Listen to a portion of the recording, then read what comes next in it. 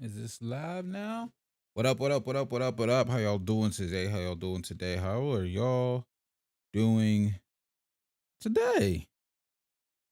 I'm trying to just double check a couple of things real quick, make sure everything is right. Because I just realized how y'all doing today? Welcome to Hawks Hoops. Let me go ahead and get into this. Happens every Wednesday, 8 p.m. Eastern. Um, it's live show happens every Wednesday, 8 p.m. right here on the YouTube channel. And we just talk about all things NBA. You know what I mean? We're going to get into some stuff. I got a lot of stuff I want to talk about. I actually have a lot of notes, especially compared to last week.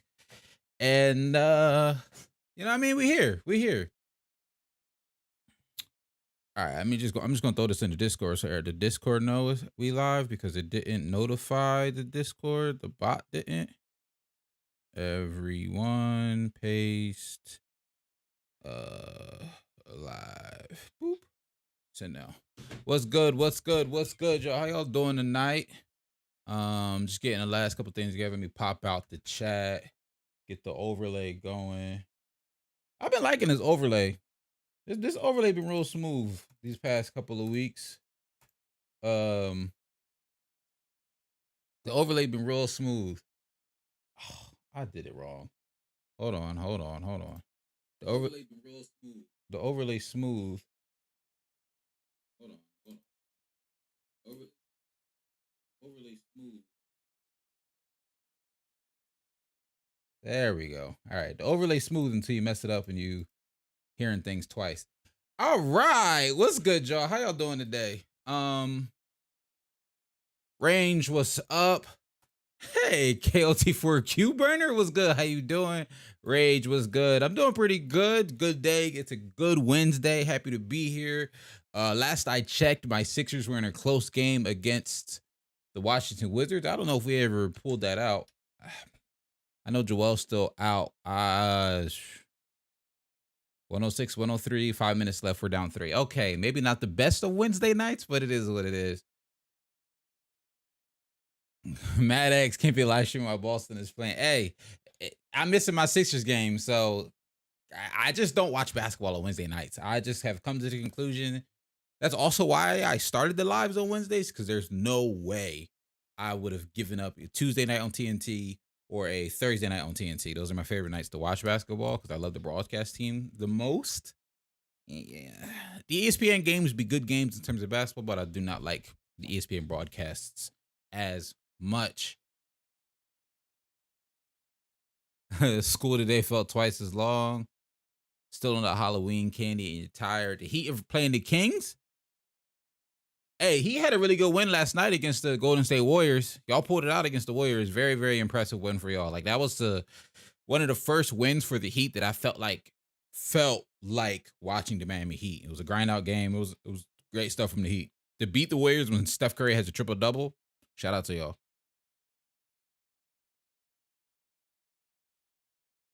Cavs do seem like one of the best teams in the league, Mad X. Cavs definitely seem like one of the best teams in the league. Rage, I don't even know why you would do that on Halloween.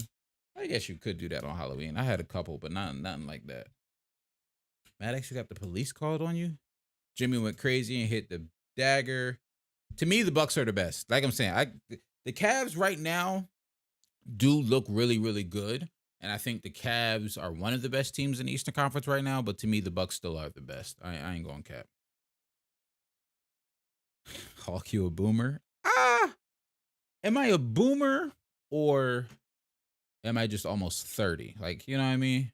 You know what I mean? There's levels. I just realized looking at the camera, the lights aren't on. So let me cut those on.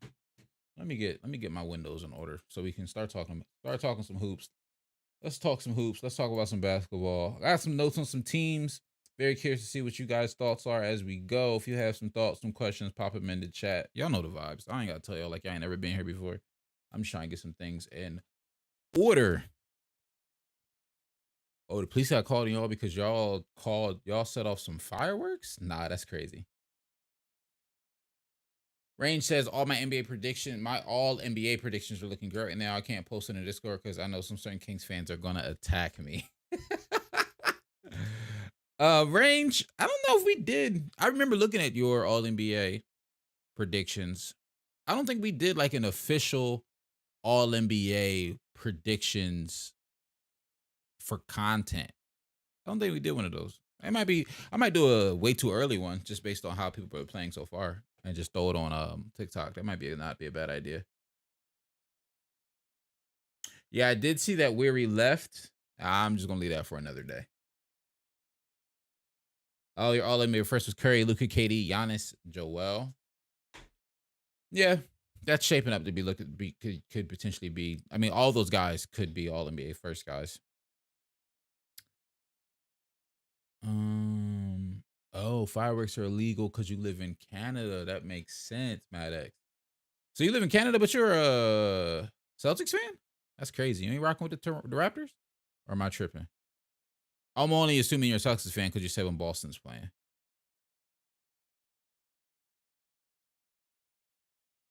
The Kings beating poverty heat. Hey, Rudy Gator Goat, what's good? How you doing today, man? All right, so a lot of teams I want to talk about. Let's get into some things while we're here, while we got the momentum going. One last thing I want to do before we get started is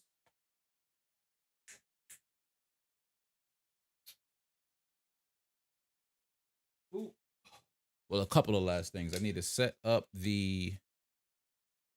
You're the only Celtics and Lakers fan? Nah, Celtics and Lakers fans sound nasty. I ain't gonna hold you. It not nasty. It just sound crazy. I ain't gonna cap.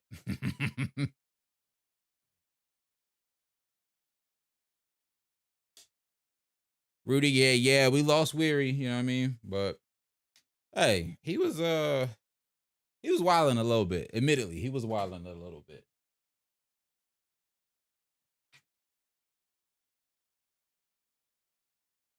I mean, not even really a little bit, but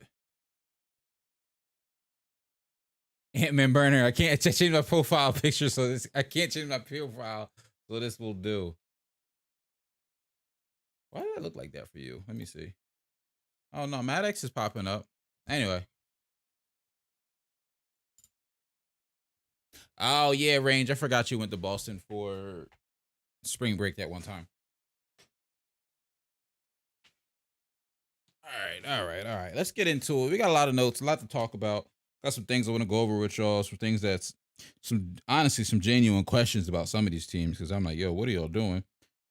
And then some other just general thoughts. So let's go ahead and get into it.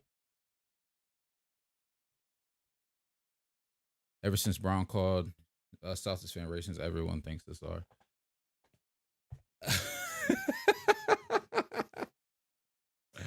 Brown did say that, and everybody kind of ran with it. But I mean, hey, my thing is, and I know this is off topic. You gonna get a little bit of that everywhere. It's unfortunate, but you're gonna get a little bit of that everywhere. So that's what I'll say about that. All right, let's go ahead and get into it. We gotta start it off right. Y'all see the topic of the y'all see the title of the video, title of the stream. The Brooklyn Nets fired Steve Nash. We get the news yesterday around, I want to say it was like 11 a.m. ish. We get the news. Brooklyn Nets fire Steve Nash. It's funny because Shams was saying that the Nets and Nash decided to part ways. There's some sort of mutual agreement. Woj was like, nah, he got fired, which either way, I'm happy he's out there. But I'm under more of the belief that honestly, it probably was some sort of mutual stuff. And it's only because Joe Tsai put out that tweet. So let's just do the timeline. Let's just do the rundown. Kevin Durant demands a trade, says he wants out. Then he's like, I'll come back if you fire Steve Nash and Sean Marks, the GM and the head coach. Joe Tsai's like, we stand behind our staff. We're not doing that. KD says, all right, well, I'm back. I'm here now. Kyrie can't get a trade. He opts into his player option. And so they say, hey, we're going to run it back with y'all and Steve Nash. I was saying all summer, I get Joe Tsai wants to stand behind his staff. It makes perfect sense to me as the owner to want to stand behind your front office, the people you hired. But Steve Nash, to me, never should have been the choice from the beginning. He never should have been the choice from the beginning. He had zero actual coaching experience. I know a lot of people bring up the time he spent with the Golden State Warriors, but at least to my understanding, he was never really a coach for them. He was more of a consultant, like a shooting coach. He wasn't on the sideline. He wasn't behind the bench. He wasn't game planning in the room with Steve Kerr and the rest of the coaching staff. He was more like an additional trainer almost. Like he never had any real coaching experience, at least on the NBA level. The Nets get these stars, legit superstars, and Kevin Durant, Kyrie Irving, and James Harden to come to this team, and they say, you know who we want to coach us? You know who we want to coach this team? We're going to get Steve Nash to coach a team with championship aspirations when he's never coached before. The dumbest idea I've ever heard of. This doesn't work. Well, I won't even say it doesn't work. And in Steve Nash's defense, he was dealt a really, really bad hand. COVID happens, so the season is shut down. Then Kyrie doesn't want to get a vaccine, so he doesn't play. I want to say the final stat was like Kyrie, KD, and James Harden only played 16 games together. Kyrie and KD only played like 64, 68 games together. So he was dealt a bad hand from the jump. And this is over the course of, I guess, 2 seasons. They've only played, 2.5 kind of sort of seasons. They've not really played together like that. So he was dealt a bad hand. They get swept out of the first round last season. And then they don't start out this season hot. I'll be so honest, I was surprised he was fired so soon, but I'm not surprised he was fired. I just wish it happened during the summer because, like I said in my little TikTok earlier, this team would have benefited. If you were going to fire the head coach anyway, and the writing was on the wall for, I think, most people that they were eventually going to fire this head coach, they should have done it in the off season so they could have an actual training camp, some time to gel, and that new coach to implement his system. Let me see what y'all talking about before we talk about Ime. All right. L Nash, hey, I ain't even mad at this. I really ain't. I don't know if it's a matter that Kevin Durant deserves better. Because I think there are conflicting reports out there of if Kevin Durant wanted Steve Nash. There are some reports I've read that KD did, and he endorsed the Nash signing. And then there are some reports that KD was on the train with Kyrie. It was like, yo, we don't even really need a coach. We can do whatever we want. I'm paraphrasing here. But so there's conflicting reports. I don't know if he wanted. I at this point, I truly don't know if he wanted Nash or not. But I know he was Sean Marks and Joe Tsai's choice. I just don't know if he meshed with the players at all. I'm going to say he didn't mesh with the players. I'm not even going to say I don't know. He didn't. Why wasn't Ime the Nets head coach in the first place? Ime wasn't available initially. That's the main reason. Ime's only available because of the stuff that he did with Boston, and now the fact that he was suspended for a year. That's the only reason he was. If what happened with Ime and Boston never went down in terms of the sexual misconduct and the Celtics suspended him, I don't know. He doesn't leave Boston. He doesn't leave that situation unless that happens.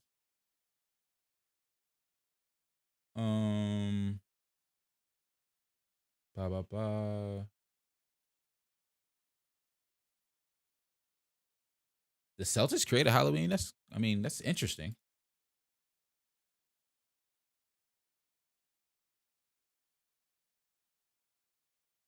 Nets gotta blow it up. Rage, that's interesting that you bring that up because, right, so I don't think the Nets need to blow it up, but I do think they need to take a hard look at their roster and see if there's any fringe moves they can make to get better defensively. I think Coach Ime Udoka is going to be able to implement some of his schemes and some of the stuff that made Boston so special and made Boston work so well defensively. I think the thoughts and the schemes and the X's and O's can be implemented. But at the end of the day, if you don't have the right personnel that's able to make those types of plays, I don't know how much better he's going to make them defensively. But I don't think they need to necessarily blow it up because I see Range talking about he was thinking about Kyrie trades. I don't see a team that wants to trade for Kyrie right now. And it's not even like it's because he's playing bad or anything like that. It's just because his contract doesn't have a lot of years left. I want to say he just has this year and he's a free agent next summer. Kyrie Irving contract. Let's just look it up real quick. Share right. Why ain't what Wi-Fi we on here? Talking on Wi-Fi. Same Wi-Fi, right? For both? So why isn't? All right, bet. So yeah, I don't think it's necessarily because he's playing poorly, and we'll look at some of his numbers. He's not playing up to his standard. I will agree with you there. But I don't know how many people are going to want to trade for Kyrie and what you're willing to give up, considering he's an unrestricted free agent this summer. He can just walk and go wherever he wants to go. So that's a big risk to trade for a guy like that. And you got to have to match a $36 million salary in the trade. So you're going to have to give up either a significant piece or somebody who was overpaid. It's just a big risk right now.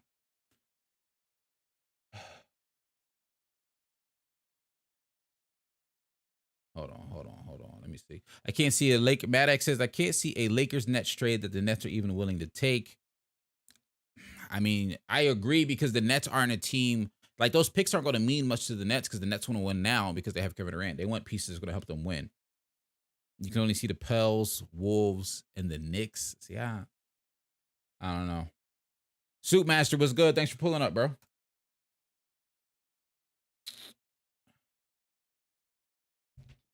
Carry for see, I don't even do that, and that's my and that proves my point range. And it's not picking on you, but I don't think the Knicks even do that because that's a lot for a guy you're only gonna have for 1 year. You gotta think about that too. So I don't think he's going to. I don't see Kyrie getting traded. Long story short, you know what I mean. I know we was talking about. I know y'all sharing trades, but long story short, I don't think Kyrie's going to get traded.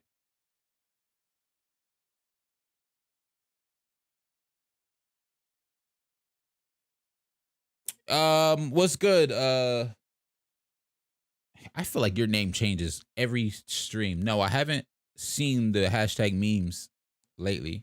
I can pull it up. I can look real quick, but I haven't seen it. Let me look.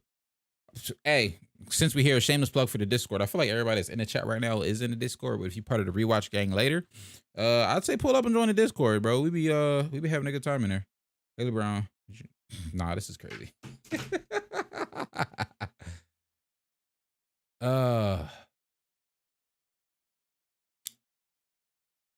This is an excellent question, Maddox. I have more thoughts on Russ, and if I write it down right now, I'll share them. But short answer is no. I have some more thoughts on Russ, but short answer is no. I don't think he would end up out of the league once this contract is up. The Heat should trade for what do they trade though? I don't think anybody should trade for Kyrie Irving. Let me just get that. I don't think anybody should trade for Kyrie Irving, and it's not even because he's playing bad. It's because he's an unrestricted free agent next year, and you'd have to match the salaries, and you end up trading a whole bunch of pieces for him, and he can literally walk. Unless the trade for Kyrie Irving, whatever team it is, instantly makes you like a top 3 title contender, I wouldn't do it because you're going to have to mortgage either some players or some picks or whatever that you could have kept and potentially maybe even try to sign Kyrie in the offseason if you really, really want him. He's an unrestricted free agent next season. Who knows where he's going to go?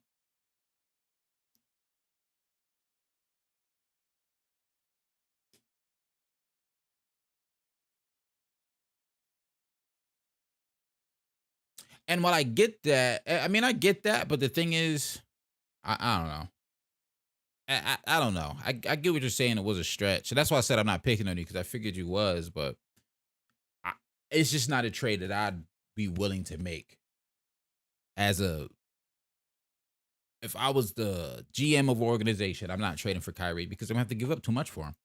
And you can say there's some assurances and like unless we really facilitate a sign and trade, but I don't even think they would be able to do that until the end of the season. Unless you facilitate a sign and trade, I'm not trading for him. But like I said, that probably wouldn't happen until the end of the season. Because that's like sign and trades happen in the offseason. They don't happen mid-season. Maddox, don't be afraid of the Kings fans. Don't let them bully you. They might annoy you a little bit by atting you a little bit too much, but other than that, you can do what I do. I'd say 6 times out of 10, I don't pay them much mind. I just let them talk about Keegan Murray and De'Aaron Fox. I don't pay Kings fans much mind. I ain't gonna cap. I rock with the Kings fans. I watched the Kings game. Who did the Kings play the other night? And I thought it was actually a really, really good win for them. Oh, Kings played the Hornets the other night. Completely off topic. I tuned into the game. It was the 4th quarter. It was a very, very close game. Actually, I think the Kings were up like 10 when I tuned in. The Hornets started to come back. They looked absolutely amazing. But then Keegan Murray hits a big 3. Kevin Huerter hits 2 big 3s back to back, and it was a quick 9-point run for the Kings, and they kind of solidified the game. It was a really, really impressive win, and it was the game that De'Aaron Fox got injured somewhere around halftime, and he didn't play the second half. So, nah, you're disgusting. Rage, you're disgusting. Lowry and picks for Kyrie is absolutely disgusting. Facts. Mega VR Freak. Russ is 100% getting it at least. I don't know if he'll get at least 15 mil. To be completely honest with you, like unless he really turns it around. I will say I loved what I saw from him in that game. He came off the bench. He looked way better. He looked his best he's looked so far this season. But I don't know if he's gonna get an average of 15 mil annually. But he'll get a contract. I'll say that. He'll get a contract from somebody. Hey, Sports Baller, what's up, man? How you doing? Thanks for pulling up. The only that's what I'm saying. Last, what's up? If it's the Spurs, that's my point. The Spurs ain't going for the Kyrie. I have a Spurs fan. So I guess. Thanks, Les. I guess. Nah, they is gonna pack me up. They're gonna pack me up. I mean, I said it, but they're gonna pack me up. Right? Look, Rudy is nice, and I rock with Rudy. But even Rudy he will spam the chat every now and then with just a lot at once. And y'all know me, I'm old. It'd be too much. I mean, in my head, I'd be like, hey, just take a second, put all of your thoughts in one message. See how easy that is? That's what I'll be thinking.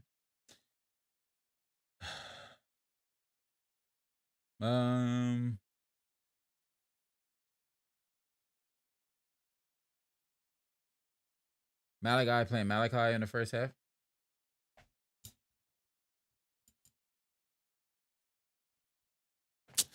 I don't really have favorites. You feel me, Rage? I ain't got no favorites. You is an OG though. You up there. I don't know if I have a favorite, but you up there. You feel me? All right. Let's get into some of these notes. I have a lot of notes. I have some stats I want to share with you guys. I have some notes. And I actually want to go back to how we got to talk about Kyrie being traded in the first place. And I want to talk about Ime Udoka's impact on the Nets. I like it. I like to pick up a lot. I think it makes perfect sense when the firing was announced. I want to say it was either Shams or Woj. Immediately was like, okay, they're looking at Ime. They're looking at Mark Jackson, and they were looking at what is that last coach's name that I can't remember? But there was a couple of coaches they were looking at, right? And then no more than 45 minutes later after that, they say Ime is at the top of the list. He's the guy that they're really looking at. Boston has already approved them. And, Boston said he can go and interview other places. So now, I didn't even think about that. And I don't think anybody's even talking about that. Boston now has to decide, do they go get a new after this season? Because I think it's pretty clear that they're going to run with their the guy who's been the interim. I can't remember his name off the top of my head. But I think it's pretty clear they're going to run with their interim head coach to the end of this season. But I'm very curious to see what they're going to do for the following year. Do they bump up the interim guy if he turns out well, or do they hire a new person? That'll be very interesting to see what Boston decides to do there. But let's talk about what Ime can do for the Brooklyn Nets. And I'm going to give you I'm going to let you know what he's walking into, just to give you a picture of what the Nets look like right now. So they have the third worst defensive rating in the league. They have the third worst net rating in the league, and they're in the 19th offensive rating in the league. So not great. I'll be honest, not great. There's some moments when they look good, and that's usually when KD and Kyrie are going off, and that's what's been required of them offensively to go off to be able to win the games that they have won. They do not look good defensively at all. Like I said, third worst in the league in terms of defensive rating. They do not look good defensively. Ben Simmons looks like a shell of himself, and this isn't even me trying to be a Philadelphia Sixers fans hater. This is just me legit saying he does not look like himself. He's super passive. He's not attempting shots. And when I say shots, I don't mean jump shots. I mean, he's not even attempting layups around the rim. He's doing a lot of moments where you see him on fast breaks or driving to the basket where he stops right at the free throw line, picks his dribble up, and looks for Kevin Durant. It happens, or Kyrie Irving. It happens way too often. He's got to just get a little bit more comfortable with the ball, a little more aggressive. I know Kyrie said a couple of weeks ago, actually might have just been last week, that, hey, everybody chill out. He hasn't played basketball in basically a season and a half. Give him a year and a half. Give him some time. He'll get back. And I think he can. And I don't remember who it was, but somebody in the chat said they think Ime can, help Ben out and bring, I don't know what you're going to bring out of him, but bring whatever that's missing out of him. And I think Ime will help this team. But I said all those stats to say, and I'll say this before we move on from this is my last thing I'll say about the Nets, unless y'all got more stuff. Um, range, I'm dead. I'll answer that question. Um, to answer your, it's a good question. Nah, I'm dead. I already failed. I'm not gonna click your comment because I don't want to be on this joint, but I already failed. I'll just say that. I didn't even know. I've never participated. I'll say that.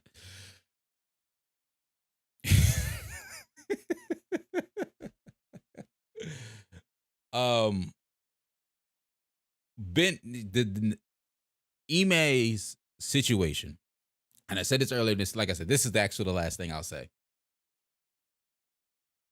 Ime's going to be a great coach. He is a great coach. I think he has the ability to add some things to this team. But when I look how the roster is actually constructed, there's still some glaring holes, I'll say, that even a new head coach I don't think will fix. I think they're still going to struggle in terms of defending the rim, in terms of defensive and offensive rebounding.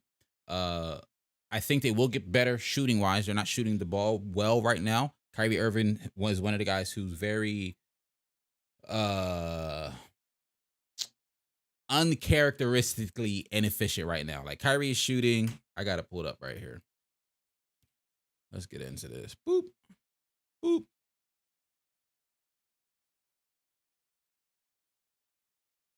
Kyrie's shooting right now 28% from three. 45% from the field isn't terrible, but 28% from three, considering he's a guy who's, for his career, almost at 40%. He's, like I said earlier, uncharacteristically inefficient. But I think part of that has to do with a couple of things. One, he realizes, and I think that because of the scheme that they were running, so much of the offense was Kyrie get a bucket or Kevin Durant get a bucket, right? And I think he realized that this team needs spacing. And with, I mean, they got Joe Harris back now. He just came back, I want to say, their previous game. But Seth Curry is still out. And when they didn't have Joe, I think he realized and understood that this team needed space and this team needed more threes. And I say all that because this season is a career high in attempts for him. So far, he's at 9.4 attempts. And last season, he was at 8.2. I mean, it's just gone up every year since Brooklyn. I think part of that can be, obviously the league's just shooting more threes. That's the way it is. Guards shoot the ball at a way higher clip historically, right? But I think the other part of that is, especially this season, I think he's forcing some threes because he realizes they just need the spacing. They need people to be able to shoot the threes, to attempt the threes, and they're just not hitting right now. I don't expect Kyrie to stay around 28% from three. He shot 8 a game last year on 41%. Now, granted, I mean, he only played 30 games, but you look at the year before that, he was 42%, 40%, 39%, 40%, 40%. We know Kyrie Irving as an elite 3-point shooter. So I'm sure he'll figure it out.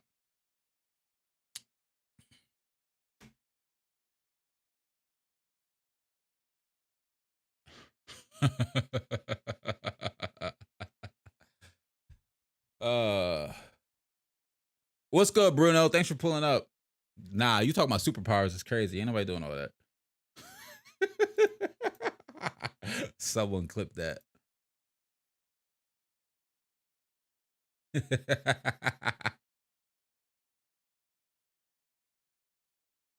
Nah, Range, that's crazy. He did get hired on November 1st. Take that as, take with that what you will. You feel me? You broke your nose while hooping? Ah, that's crazy.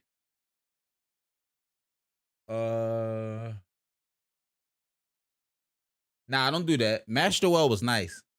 Phantom of the dang, what was we calling him? Phantom of something. Sixers fans was calling him when he had the black mask. That was fire.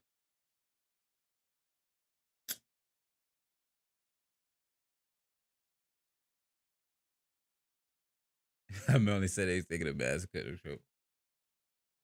No one knew who I was before I put on. No one cared who I was before I put in the mask.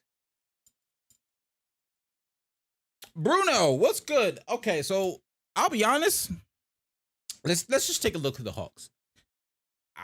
The Hawks might be one of the few teams I don't know if I've really watched yet. I turned on the Hawks game the other day, like sometime last week, but I was like folding clothes, doing a whole bunch of stuff. I went from folding clothes on my iPad watching the Hawks game, barely paying attention, to then on Xbox on 2K in the rec center with the Hawks game, barely paying attention. So I haven't really sat down and really locked in with the Hawks, but I'm very curious to see how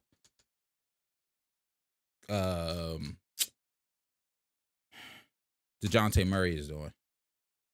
So let's just look at that real quick. I'm just curious. I want to see how DeJounte's doing. I want to see how Trae Young is doing. Like when I tell you I haven't watched them, and as bad as it sounds, I truly maybe one game I've seen of them so far, so I don't really have a good feel for what they're doing so far this season.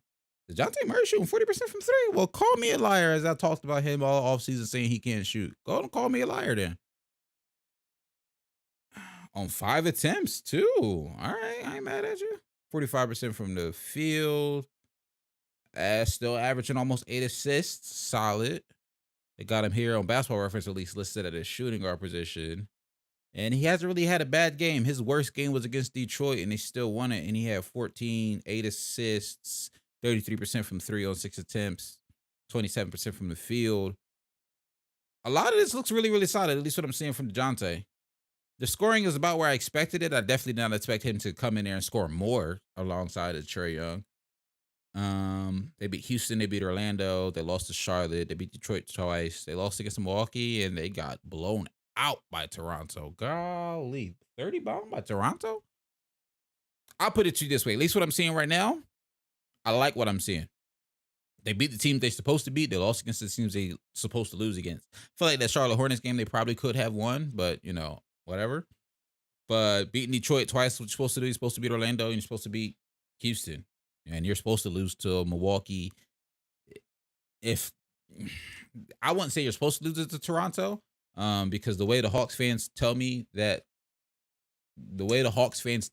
Hawks are, or at least they were projected to be, y'all probably should have won that game, but I'll let you rock.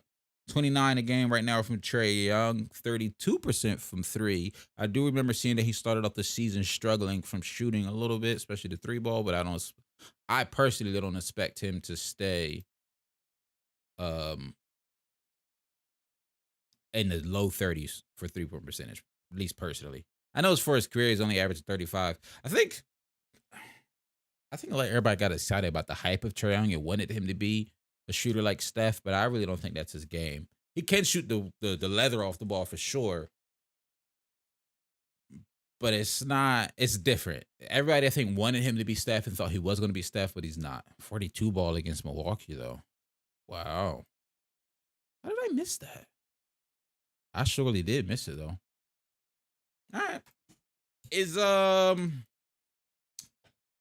Bruno, you in here still? What would you say has been, Les, you're a Hawk fan too?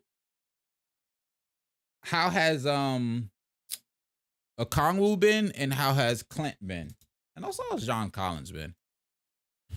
Everybody hated me for mid-season last year. I made my top 5 at each position, and I think top 5 or top 10 in each position, and John Collins made my list, and everybody was in an uproar.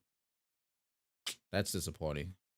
13.7 a game from Collins is a little disappointing. 26% from 3 is very disappointing. 52% from the field, though. All right. Not the best, not the worst. What we talking about before I move on? The Hawks are goated. I don't know why, but I hate Trae Young. I don't want to hate him, but I can't help it. Dang, Maddox, you hate Trae? Oh, I thought I switched screens. Oh, Otto Porter dropped their debuts tonight. That's what's up. Clip is in the Discord? Oh, the clip is in the Discord. I'm dead, yo. I'm dead. Y'all move too fast. It's in the Discord already?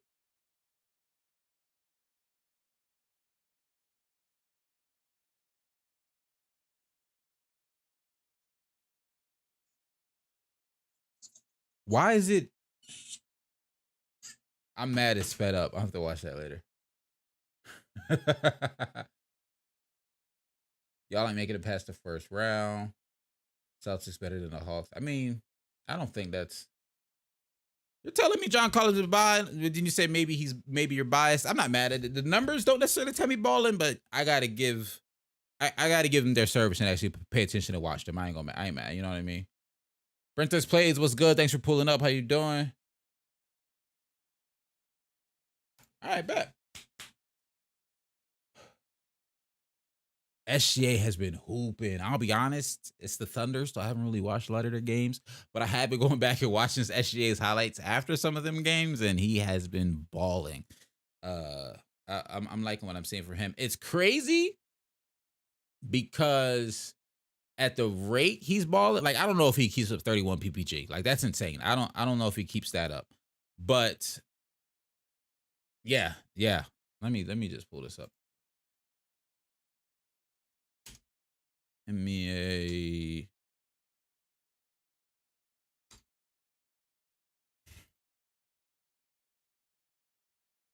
So let's talk about the Thunder real quick. They're 4-3. I don't remember who their wins are, so that's why I had to pull this up to who their wins were again. What's that look like on screen? Boop. Lost against the Timberwolves to start the season. Lost against the Nuggets. Understandable. Timberwolves. I was about to say, y'all beat the Clippers. I do remember that game. That game I did catch. Then you lost against the Clippers. No, I'm sorry. I caught the game that I think y'all. No, y'all beat the. Oh, y'all did beat the Clippers both games. Beat the Thunder. Beat the Mavericks in overtime. Then you beat the Magic and you play the Nuggets tomorrow. Like I said earlier, SGA's been playing really, really well. I want to say I saw Lou Dort having some good moments defensively recently as well, but I don't got crazy thoughts on the Thunder. I ain't gonna cap, but I'm liking what I'm seeing from SGA at least. I have noticed this. The mid-range is improved range. Maddox, I hear you. Luka and Ja are in the conversation, but you got to throw Giannis in there. You have to throw Giannis in there. Hey, because range, he really might win MVP and Depoy again. That's that to me at least. To me at least. All right. What's back on my notes? Next team I wanted to talk about. I wanted to talk about the Warriors real quick because Bam Depoy, SGA Depoy. You saying Giannis should have been Depoy last year?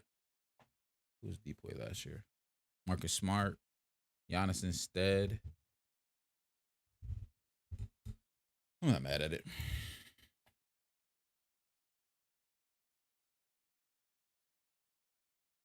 Oh, okay. So Giannis should have Depoy. I'm not mad at that. He was one of my. He was. I don't think he was my choice when I made my awards, but he was one of my finalists, if you will. Hey, range. Anthony Davis has been balling defensively. I know he's looked a little sluggish the last game because I think he is dealing with some back tightness, unfortunately. But he has been everywhere defensively for that team, bro. It's absolutely insane. I just saw a tweet I wanted to pull up. Start pull over Clay. Let's talk about that real quick. I want to talk about the Warriors. Not so much of the X's and O's of what they're doing. I still like what I'm seeing for them at times. They're currently 3-5. I've seen some moments from those young guys that I think they can fix this and turn it around. I'm not panicking about the Warriors by any means. To be just to be real, Steph averaging 30 and 6 right now, 30.6 assists, 39% from 3 on 12 attempts, which I want to say when I was looking earlier was a career high, but I might be mistaken. But what I want to talk about is there was this. So last week, Charles Barkley said some things about Klay Thompson on TNT. Said he doesn't look like himself. I want to take a look at that clip. I want to take a look at Klay Thompson's response, and then I want to take a look at Charles Barkley's response to Klay Thompson's response. Older Ernie, because I've heard Charles said something, but I didn't actually get a chance to see what he actually said. So let's take a look at this. And let me move. Nope.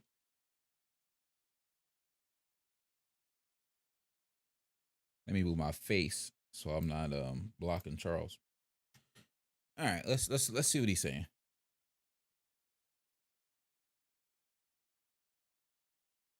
You know what I I did hear that he sold the game for him. He's doing a lot of hero ball stuff. I think Klay Thompson wants to be himself so fast that he's just not making some of the best choices offensively when it comes to his shot selection. And I had that issue with him. I had that same issue with him last season when he came back. It felt like he was trying to rush a lot of shots and really get his rhythm back ASAP. And I'm not mad at him for wanting it. I just think he has to let it come to him because it's not going to be, a night and day situation at all. But let's take a look at this real quick because I wanted to watch it too myself because I haven't seen it. Hopefully, I just realized we about to play a TNT clip, so we probably gonna get flagged. I just hope they don't take it down. They can demonetize it. Obviously, we ain't make no money over here. I just hope they don't shut the stream down, but we'll see. This team is older, Ernie. That's what's really happening to them. They're older. That's why I said, if you go back and look at the finals, who was the guys who helped them win? It was Wiggins and Poole. Those guys are here now. They are, but I'm saying that's why I said it's going to be up to those young guys, Kuminga, Moody, Poole, and Wiseman, because I think as much as I love Klay, he's slipping. Same thing with Draymond. They're not the same. In the finals, you could see they're not the same guys they was 2 or 3 years ago. So when I watched the Warriors play, I says, oh, man, Father Time is knocking on the door on a couple of those guys. These guys have won 4 championships. That's like playing 2 or 3 extra seasons. And they're past 30. You factor in Klay, who's had 2 major surgeries. I think you saw tonight, he's like, this young boy is kicking my ass. Ain't nothing I can do about it. There was a time when Klay Thompson was the best two-way guard in the NBA. And he's not the same guy, and that's because of injuries. Now, is he done? No, I don't think he's done. I think he's slowing down and is catching up with. That's why he's frustrated. I think the same thing with Draymond. I think he's slowing down. You saw in the finals, because his game is really dictated on energy. And once you get past 30, you start losing, especially if you're playing deep in the playoffs every year. That's why I said Steph got a lot more work to do now. Them young guys going to really have to step up, or this team is not going to win the championship if those young guys don't start carrying the team. You know what's hilarious? Your stream may be... Y'all here? Is y'all still here? Is the stream still live? Y'all still here? Is y'all still in the building? I just got a notification saying we've detected copyrighted audio and video in your stream. Your stream may be blocked. But it looks like we're here. I only got a warning, but it looks like we're here. So anyone else? When I first heard about the clip, I assumed it was going to be more troll. You know what I'm saying? More trolly. But I agree with everything he said. I'm curious. I'll get my full thoughts in a second. I'm curious. I ain't gonna play the response tweet. We gonna listen to what Klay said real quick, and I ain't gonna risk it twice.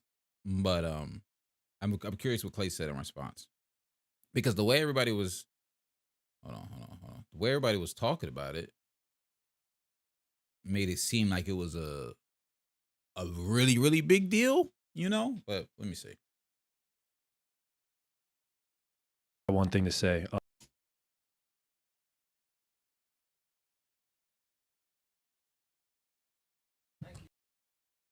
I got one thing to say. It hurts when, someone like Charles Barkley with the platform he has says you're not the same player prior to the injuries you have. It's like, no duh, man. Consecutive years, tore my ACL, my Achilles in consecutive years and still help a team win a championship. I mean, it hurt hearing that because it's like, man, I put in so much freaking effort to get back to this point. Like, it's hard to even put into words what I had to do to be the player I am today. And it's like, I played 57 games in 3 years. Like, give me some freaking time to get that back and just hear someone say, oh, he's not the same as he was prior to the injuries. Like, duh. Like, who goes through something like that and comes back? I don't know. It just hurt my heart hearing that. But you know what? I'm going to internalize it, and it's going to be fuel for me to be even better. And I think I'm very proud of what we accomplished last year, and I feel like I was a huge part of it. So I'm not going to let these injuries be a crutch for me. I'm just going to keep going, and I'm going to have a great year. I bet on that. I'm not mad at that from Clay. Now, a couple of my quick thoughts was, one, I don't think Charles is wrong in what he said. I mean, did it hurt Clay's feelings? Sure. Yeah, like I said, like what Range is about this, we're saying here, I feel bad for Clay. I do. But what Charles said was all facts. I feel bad for Clay. He did put in a lot of work. I'm sure he put in a lot of work. I only can imagine what he had to do to be able to go back on the NBA floor and compete to the level that he has been able to compete after tearing his ACL and tearing his Achilles. Two, for a lot of people, career-ending injuries. But I do think there is a lot of validity to the fact that Klay Thompson doesn't look like as good as he used to. And I think Clay makes a good point. He's only played 50-something games in 3 years. So give him a couple of games, give him some time. Maybe he does look somewhat like his old self. I don't think we're ever going to get back the Klay Thompson we had, where he was legitimately, like Charles said, the best two-way guard in the NBA. He was a guy who was literally going to guard your best perimeter player and give them buckets on the other side of the court. So, and I think some of what the Warriors are going through right now is a mix of them getting older, some of their older guys like Klay Thompson, like Draymond Green, maybe relinquishing some of, I don't want to say their hold or some of their position, anything like that, because I think they are still really, really good NBA players. But I think the Warriors are in a transition phase of, we saw what Jordan Poole can do. We saw what Wiggins could do in the NBA Finals. Well, what can Wiseman do? What can Kuminga do? What can Moses Moody do? Like, let's see if we can integrate some more of these young guys more into our offense and defense, to our schemes. And I think they're just going to go through, I don't want to call them growing pains or a meshing period, because it's, for the most part, the core is the same core that we've been seeing for the last 5-6 years for the Warriors. But I think the addition of some of these new younger pieces and some of their major core pieces like Klay Thompson, like Draymond, don't look like we're used to them looking. They aren't performing like we're used to them performing. And one thing I did also think was interesting, I'm going to check out these comments in a second. I see y'all rolling in the chat. I appreciate you. But one thing I did think was interesting when I was looking at Klay's numbers, I thought I saved it. Okay, Klay Thompson's basketball reference page. So last season, and I know it's a very, very small sample size, of course. He only played 32 games last year, coming right off of the injury. He only played 7 games so far this season. So we're comparing apples to oranges here, but just hear me out. One of the things I thought that was interesting so far, right now, Klay Thompson is shooting, and can y'all see? Y'all should be able to see that 29% from 3. It's absolutely insane. Like, I don't think we would have ever have thought Klay Thompson would be ever shooting in the 20%, sub 30% from 3. For a long time, it ain't look like we was ever going to see Klay Thompson shoot sub 40%. He's been a 40% three-point shooter his entire career. Like, his entire career, he's been 40%. He was 38 last year on 20 points a game. And I thought that was even impressive what he did last year, considering, I mean, we all remember it really wasn't that consistent. There'd be some games where he wasn't playing that well, some games where he was hot. Like, it truly was not consistent. But at 13 a game so far right now, he's still in the starting lineup. He's getting basically the same amount of minutes, putting up almost the same amount of shots, 9.3 threes, the 8.7, but the 29%. And I think that might just come with some time. I think that might come with time of him getting more in a rhythm, him getting his legs back underneath him. But he's also 32, 2 major injuries, and has played a lot of basketball with all them finals runs. We'll see what happens with the Golden State Warriors. All right, what y'all talking about in here? Let me see. Let me go back. Y'all was talking for a while. Y'all got me dead. Hawk, what is your first name? Hawkavion? Hawkornelius? Hawkovich? John Hawkton? I go by Hawk, so Hawk's basically my first name. All my boys call me Hawk. My groomsmen at my wedding call me Hawk. That's basically my first name. Like Zilgauskas? Hawk Gauskas? It's crazy. I had to think about that one for a second. I feel bad for Clay time to time, even though I'm a Warriors hater, and I do, and I don't even want it to just come off across as crass, to come across as harsh and not, vibing with the guy. I do feel bad for Clay from time to time. Like he really has been through a lot. He's put in so much work to get back to the NBA court. An Achilles and an ACL are major injuries. A lot of guys don't come back from stuff like that, let alone just one, let alone both. So the fact that he was even able to come back and help that Warriors win that championship at all is really, really impressive. I don't know if we're going to get Klay Thompson like we're used to. Let me rephrase. We won't get Klay Thompson like we're used to. But this Klay Thompson we're looking at now, I don't think that's the Klay that I don't the Klay Thompson we have, but the Klay Thompson we have now is not the Klay I think we're going to get for the rest of the season. I think he'll figure it out. I definitely think the 3-point percentage is going to go up. I would like to see still, and I had this issue with Klay Thompson last year. I need him to take better shots or smarter shots. I think there are really some times, and it'll be the most random moments in a game where he'll be like, all right, post fade right now. And I'm like, that's not what we need right now. Or forcing a shot, trying to create something off the dribble for himself. And I think some of it might just be some of the frustration of, yo, I used to be able to do this. Why can't I do this right now? Like, the mind remembers what he was able to do. His mind remembers. His mind knows I should be able to hit this move, get to my spot, raise up over the defender, and this was a knockdown. Klay Thompson had a post game. The post fade, that post midi fade was in his bag. I think he just got to take some time to get it back to that. And I don't know I don't think he'll get all the way there, but he can definitely do better than what he's doing right now.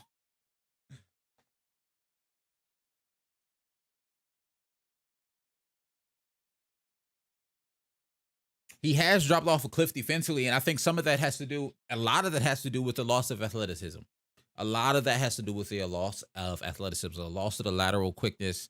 His mind is telling him to go places, and his body and his legs just, as of at least right now, can't do it. I think Klay Thompson still can be a positive defender because we saw him be such a good defender that we know he has a defensive mind. I think he just has to tweak a couple things and maybe not try to play as aggressive as he did in the past, play a little more conservative form of defense, but still use that defensive mind that we know he has. That would shock me. If Klay Thompson retires sometime soon, that would absolutely shock me. I ain't gonna hold you. Charles was being Captain Obvious. If you tear the man's injury, if you tear the main injuries that end careers, then of course you're going to be worse. That's like saying Derrick Rose isn't the same player. No crap. And I mean, I get it. It is like saying Derrick Rose is the same player because I mean he's not neither. But just like Derrick Rose, commentators, people on social media, stuff like that, we were waiting and hoping that he was going to come back and be like himself, and he unfortunately never really was. And I'm sure it probably hurt him too, and it probably hurt his feelings too to hear people say he's not who he used to be, and he's not ever going to be what he used to be. That sucks, man. That sucks. Oh, that's a good question. Random question, but good range. Which jersey are you taking? The Big Suns jersey or the Miami Vice? The Big Sun. Is that the OG one that they just brought back? Big Suns. Is that the one I'm thinking of? The one with the starburst, like the sunburst across? If this is considered the Big Sun, like the new one, the new version? The Big Sun is a classic. I ain't even gonna cap. Them Jones look good. I might still take the Miami Vice one though. I ain't gonna hold you.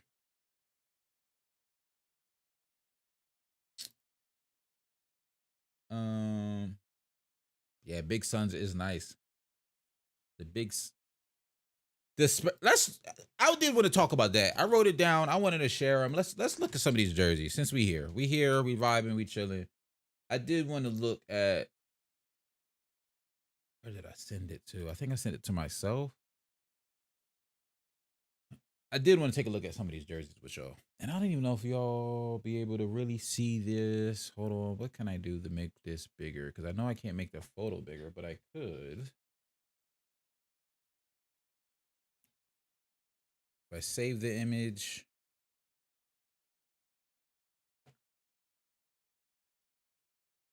Can I do it this way? Pop, pop.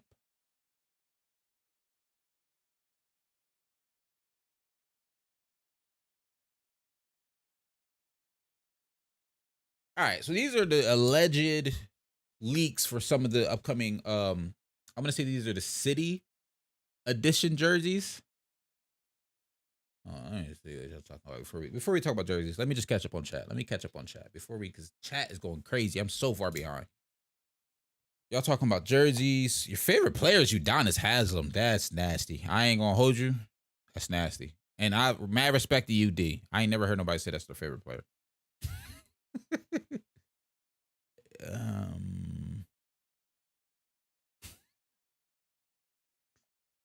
Nah, Mad X. That's rude. That's mad rude. Raptors dinosaur jerseys is one of the greatest of all time. The Raptors dinosaur jerseys and the OG Vancouver Memphis Grizzlies with the grizzly on them, fire. Fire. RIP to Takeoff. That's for sure.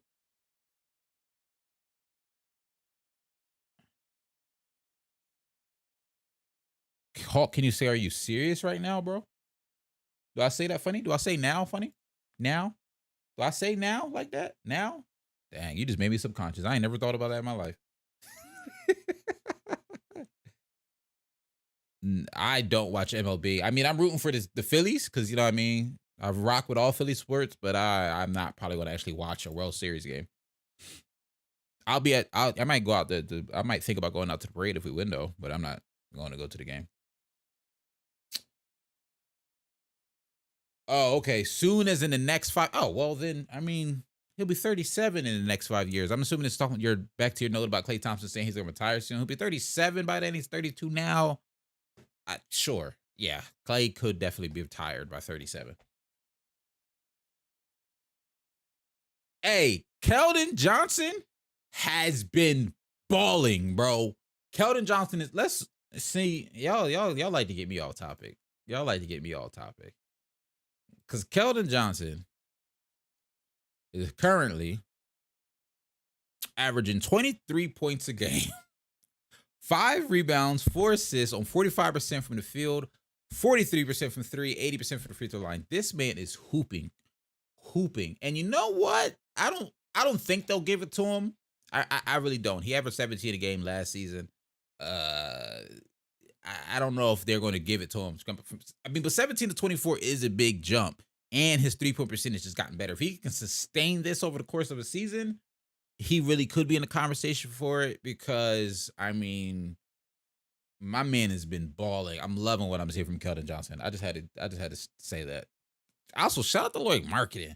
He's been hooping too for the Jazz. He's looked very, very good for the Jazz. I feel like he's finally in the opportunity. I was going into this season, I assumed, okay, all right, De'Aaron Fox will be the number 1 guy there. Laurie Marketing will probably be the number 2. I mean, not De'Aaron Fox, Colin Sexton. But it's looking to be, the opposite way. Laurie Marketing has looked so good for the Jazz. The Jazz are really just surprising everybody. It's absolutely insane. Big Sun's clear. I'm not mad at that. Hey, KD, I don't hate this, but I don't see it happening. And the Jazz on paper, they're doing everything well. Like, if they kept this team together, they really might even make a noise and try to make the playoffs. But I really don't think Danny Ainge is going to keep this team together. I think they're going to trade away a couple more pieces. Like Jordan Clarkson is going to be up out of there. And I guess he's mainly the only piece because I was going to say, oh God, what is their point guard's name? Mike Conley. I don't know how much you're going to, I don't know how valuable Mike Conley is on the trade market to keep it a B. But guys like Laurie, Sexton, even Vanderbilt, I can see them potentially keeping, but Vanderbilt's actually really, really valuable piece. If they want to go get some more picks, they can by trading Vanderbilt. They've been hooping. The Jazz have been hooping, bro.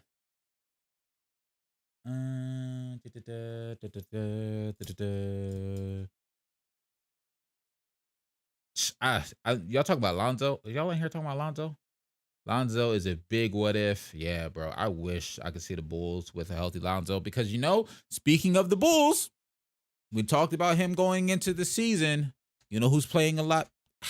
All right, let me look at his numbers. I don't know if his numbers are any better, But when I'm watching the games, he looks and feels more engaged with the offense. Like he's more engaged with the offense. He's a little bit more locked in than he has been in previous years. He looks a little bit better defensively, like he's at least trying. And that's Nikola Vucevic. He's only averaging 15 points right now compared to down from his 17 from last season. But I mean, right now he's at a career high in rebounds at 12.3. He's just looked more engaged, shooting 35% from three. If he can keep that up for the Bulls, that'd be absolutely fantastic. Because last year he only shot 31% from three. He wasn't necessarily the floor spacing threat that they wanted him to be, especially when you got DeMar DeRozan on your team. But at least so far, I will admit I'm liking what I'm seeing from Vucevic. All right. That's actually a really good question. Where would be the most entertaining place for Wemby to go? I think I would go with your pick of the Hornets. I was about to say I would want to see him on a team that has a really, really good point guard that's going to find him when he's open, find him in transition, but also a team that has some shooting and can stretch the floor for him. I think him and LaMelo would actually be really, really nice to see, because I also had to think of a team that's going to be bad enough to try to be getting lottery picks. I think it'd be exciting to see him on the Hornets. I also think it'd be excited to see him on the Orlando Magic, which I think could be pretty cool. OKC, I think would be really, really nice, because I think Giddey has some really good playmaking ability. SGA is not a bad playmaker either. I'll be honest, I don't want to see him on the Rockets. Not at all. The Rockets need to worry about a point guard. The Rockets need a point guard that's going to distribute the ball. They don't need him.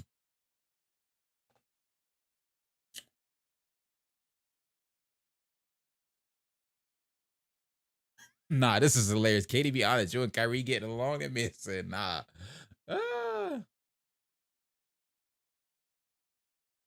All right, we're all caught up. We're basically caught up to the chat. Now we can move on. I got a couple of. What were we about to do? We were about to look at jerseys, because y'all were talking. Do y'all want to see the jerseys? Or y'all want to move on to the actual other teams I wanted to talk about? Because I had some other teams I wanted to talk about. Oh, now y'all want to be quiet. Now y'all want to say that in the chat. All right, let's just look at them. All right, that's what I thought. Other teams. All right.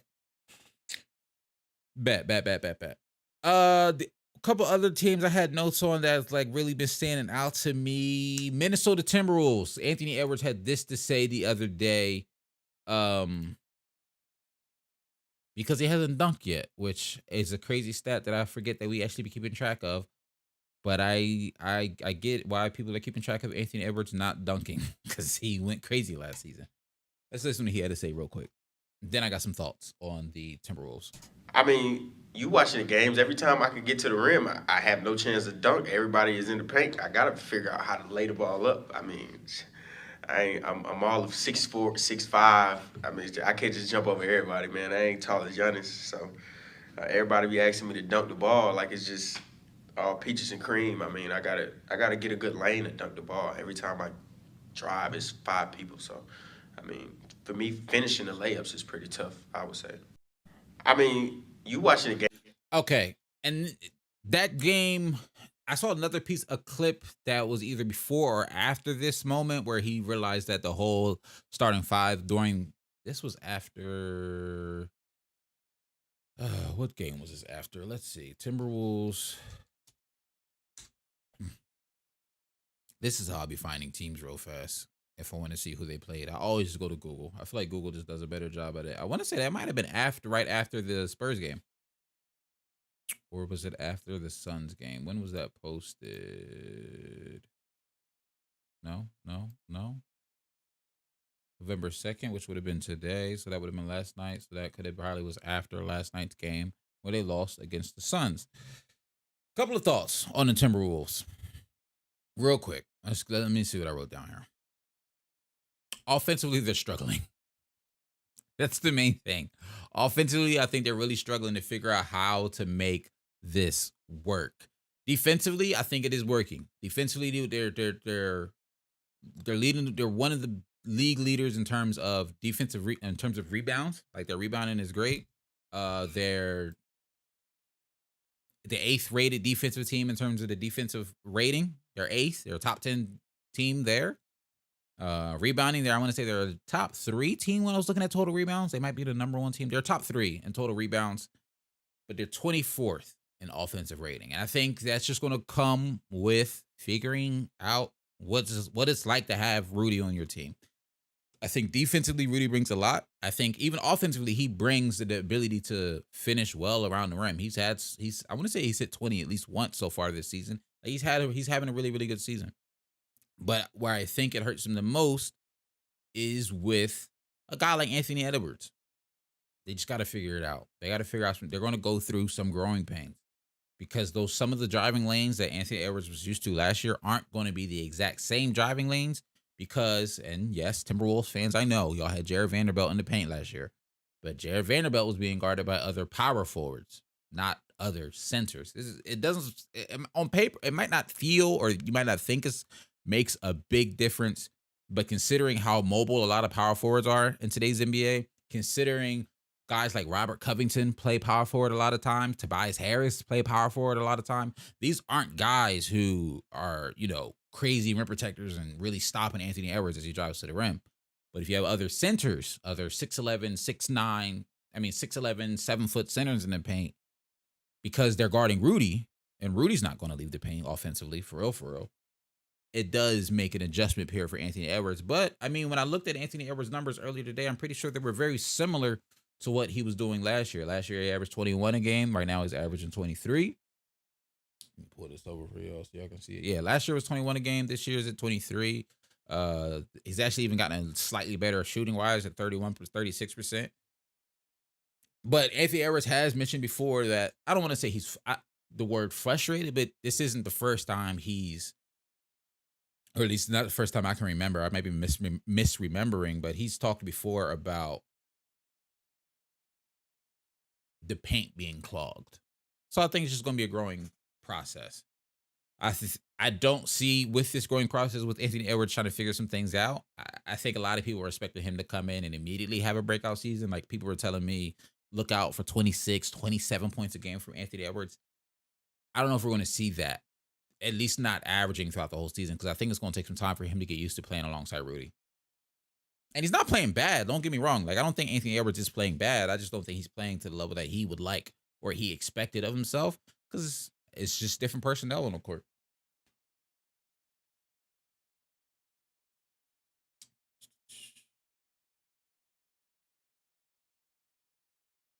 I thought Ant and the Popeyes diet was funny. It came up because I think they were looking at it. Anthony, I haven't gone back and looked to see if it's accurate. I'm just going off of what I guess I'll say reports have been telling me that Anthony Edwards hasn't played well on back-to-back nights, and some of that could be contributed to his diet. I think he will. I think he'll figure that out. Some of that comes with just being a young guy in the NBA. He's 21 years old. I made a lot of dumb decisions when I was 21. I'm still making dumb decisions. So,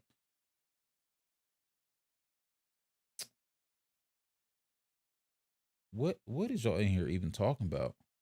Jared Vanderbilt is low key at the GOAT. He's playing very, very well for Utah right now. I will say that he is playing very, very well for Utah. And yes, there are mad NBA players. Juan Toscano Anderson is in here. Which one of y'all is coming in here and making burners? Who is doing this? Which one of y'all was downloading? And now there's bots? Oh, God. Let's do report for spam. Will that get rid of them? Yes. No, but it didn't get rid of the other ones. I'd have to hide user on this channel to get rid of the rest of them. There we go. Oh, all right. Well, we must stay focused. We must stay focused. You know what's crazy? I didn't even realize you could do mods on here already. I just saw that.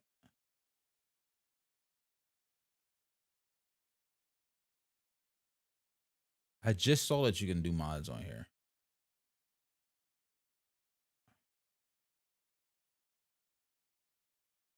Hey, if y'all said it, you know, I was under the assumption I would not be able to make mods on here until I was able to get a partner. I didn't think you'd be able to do that, but apparently you can. So I will have to make some people some mods. I think I'm gonna make Mega VR and Rage mods. I think for the streams. Next, where's where's Daniel? He inviting me here. Y'all was crazy. Nah, Rage OG. His takes sometimes be a little crazy, but I be having faith. I got faith in Rage that he ain't gonna go crazy. I got faith in Rage that he ain't gonna abuse his power. He OG. I got faith in him. We just talked about the Timberwolves. Hey, so real quick, let's talk about the Phoenix Suns. Everybody was telling me that the Phoenix Suns were washed. Everybody was telling me that the window was over. Everybody was telling me, I saw people saying the Suns a 7 seed. The Suns play in 6 seed. Well, joke's on everybody. The Suns are the number 1 seed in the Western Conference right now. They're 6-1. They're top 5 in defensive rating and offensive rating and net rating. They still look amazing. They truly still look amazing, right? Now, are there some gaps? Are there some deficiencies in the roster or in the play style? Sure. Chris Paul does look a little slower. And especially in terms of scoring, he's not scoring at the same clip he had in the past, but he's at almost a career high 11 assists on 1.5 turnovers a game. We call him the point guard for a reason, y'all. Like, I don't know what else he got to do for y'all to realize, even if his scoring goes down a little bit, which it has. I'm not even denying that it hasn't. His scoring has gone down. Let me pull this up. Like right now, he's averaging 10 points a game on 23% from 3 and 35% from the field. He's definitely got to improve his shooting numbers for sure. But 11 assists is still 11 assists. He's still running a really, really good offense. Cam Thomas has really been impressive for me as well. He's shown that he's worth that. I want to say he got an extension this summer. I may be misspeaking, but I'm pretty sure he got an extension this summer. But he's proven he's worth that extension. He's proven he's worth that starter spot. Like, he's playing very, very well. Devin Booker's playing solid. DeAndre Ayton, I still want to see a little bit more from you. I'm not going to lie. Like, you're not showing me I'm an all-star yet. I haven't seen that from DeAndre Ayton yet. He's not playing bad. He's playing just as solid as he has last year. Like, he's at least being consistent. But I want another level from him. And also, shout out to the Suns because they won both games. They've won the last 2 games without him. So, like, the Suns are just great, bro. The Suns are just great. I would probably do one eventually, do a PO box eventually. I don't think I'm there yet. Like, I'm not there yet. For me to get a PO box, content creation revenue has to pay for the PO box. I'll say that. And then I'll get a PO box.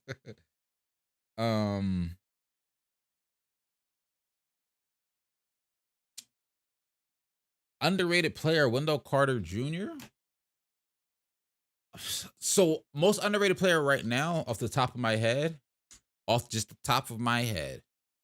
underrated in the NBA, off the top of my head, Jakob Poeltl. He is hooping. He's balling. He's playing very, very well for the Spurs. I want to say he's averaging like 14 and 10. Let's go down 14 and 11. 66% from the field. He's playing very, very well. Like, he's playing very, very well for the Spurs so far. And I don't think a lot of people are paying him any attention, obviously, because it's the Spurs. But that's probably who I would say maybe the most underrated player in the league is right now, Jakob Poeltl.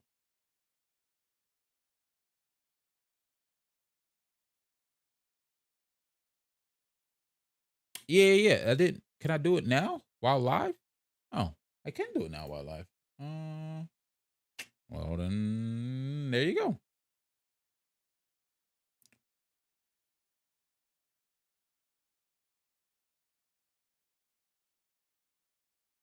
Not Wainwright pulling up. Suns going to the finals again. That's hilarious. And that's the thing. The thing about the Suns, to circle back, we like to be all over the place, but I usually try to circle it back and put a nice little bow and everything. I think the Suns would be a good regular season team. And I'm not saying I saw you said you had them around 3-4, but I saw a lot of people have them 6 seed, 7 seed, 8 seed even. And I was like, where y'all? And a lot of it was because they were saying Chris Paul is going to fall off. Has the scoring fallen? Sure. Has the field goal percentages dipped? Yes. But we call him, like I said, we call him point guard for a reason, y'all. We don't just give out that name to everybody. I think the only things that stops a lot of people from calling Chris Paul one of the greatest point guards of all time, if not the greatest point guard of all time, is that he doesn't have a championship. If Chris Paul had a championship, that if he was able to lead one of those Clippers teams to a title, I think more people would be more willing to have a conversation between him, Magic, and Isaiah Thomas. I think because he doesn't have a ring, people have the conversations. They go Magic and Isaiah Thomas, and then Chris Paul's in a mix with like John Stockton. Those are some first guy that came to mind. But yeah, I think it's a lot of people because Chris Paul doesn't have a ring. Magic Johnson, Isaiah Thomas, and then he's in the next tier with guys like John Stockton. But if he had a ring, if he had a ring, I think more people would be willing to have that conversation.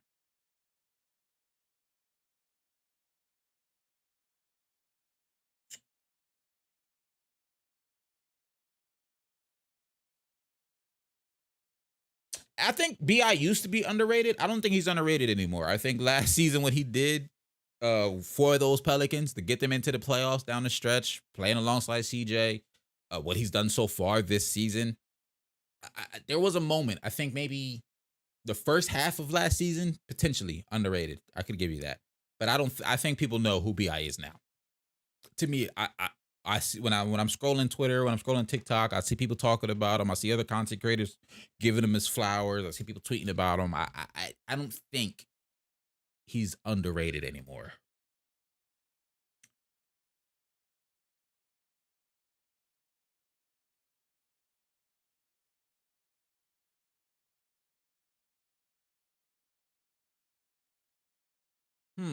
I feel like everyone says people like Siakam and BI are underrated. Most people respect them as low to mid 20 point per game scorers. Yeah, I agree. I don't think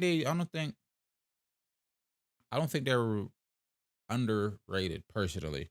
Especially not Siakam anymore. He was just all NBA third team last year.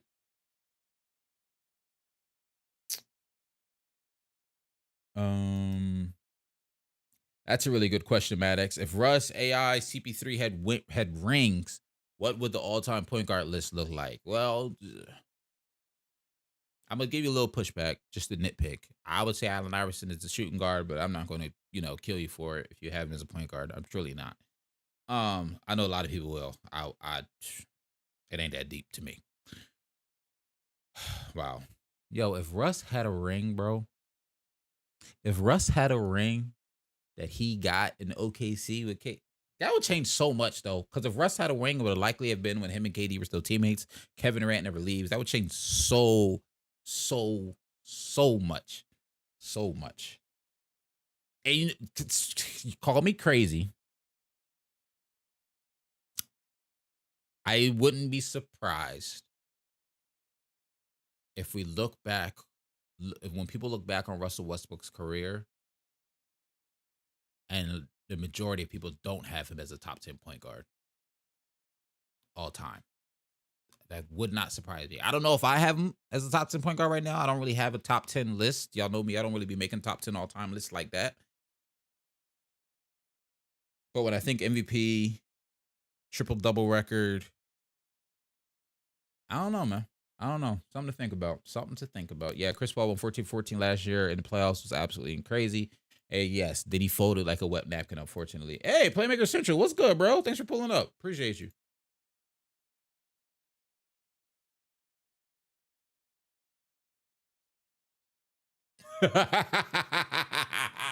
Nah, this is nasty. That was good, dear. He was all NBA third with no. You know why I think he was all NBA third, no All Star though? Because I think, at least to me, he was like on the cusp of making an All Star, but the second half of the season, he really turned it up so much that I think that's what gave him the All NBA nod. I feel you. I feel you. I don't know if I'll do all of that, but I've had a couple of Russ debates in my time. I've definitely had a couple of Russ debates in my time. All right, we talked about the Suns. We talked about the Warriors, Nets, Timberwolves. I have the Clippers written down here. I don't have much to say about him. I'll be honest about the Clippers. Mainly, Kawhi Leonard's only played 2 out of 7 games, and it's really pissing me off. They've announced that he's going to miss the next 3 games, so that means he's going to have played 2 out of either 9 or 10 games. I can't remember when they made that announcement, so I don't know. Can't remember how many more games they have to play, but only playing 2 out of the first 9 or 10 games sounds absolutely insane to me. Considering from everything I've been reading, from the tweets, from reports, from other reporters and stuff, it's more so the team being precautious, not Kawhi being injured. I'm like, yo, let the man hoop. Let him play. Because the reason I say you have to let Kawhi play, and I get load management is one thing every now and then, you space it out. But the fact that he's only played 2 out of the last 7 games and probably only going to be 2 out of the first 10, this is gel period. This is the time of the season when teams figure stuff out. This is the time when teams make mistakes. This is when you do that. But they can't gel. They can't make those mistakes if Kawhi's not even there. So they're going to gel with what they have. They're going to figure out what they have. And then they're going to have to figure it out with Kawhi. Because Kawhi, and this isn't even a knock on him. This is, when you have a player as good as a Kawhi, I don't think you can just, it's not a guy you just throw in, okay, he's going to sit in the corner, we can make it work fit with him. No, Kawhi has going to have the ball in his hands. He's going to be creating for others. He's going to be creating his own shot. Like, he's going to dynamically change how they run their offense in their defense. And I wish he was there to play so they could figure it out as they go.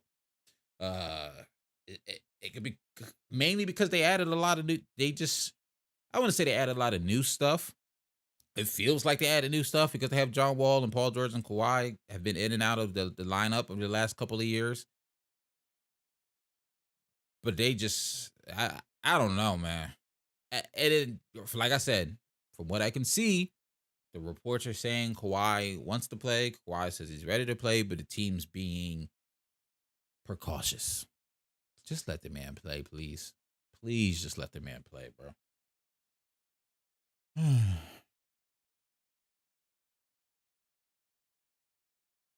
Hey, 10 toes down. PG-13 over BI all day, every day. 10 toes down on that. I ain't going cap. Let me see what you're talking about. Magic, Curry, Oscar, Jerry West, Isaiah Thomas, CP3, Nash, and Kidd. Matchup between Gary Payton, Stockton, and Russ. I'm not mad at that. There's some heavy hitters in there. I'm not mad at that. Dark Horse MVP, Siakam, Harden, Shea, B.I., and Donovan. Donovan actually been hooping. Definitely Dark Horse, Shea. All those guys are balling right now, for sure. I would just, Shea, I would say you low-key going to have to take out of it, unfortunately, just because the team, at the end of it, ain't going to be higher in the standings. So, but not bad. Siakam been hooping, Harden been hooping. Donovan has been hooping. The Cavs have been phenomenal. I don't really have really in-depth thoughts about the Cavs. I didn't, go in terms of note-taking on the Cavs, but they really have been playing really well. Like, when you look at it, they're one of the top teams. I'm sure I can pull it up real quick. NBA stats teams. Traditional.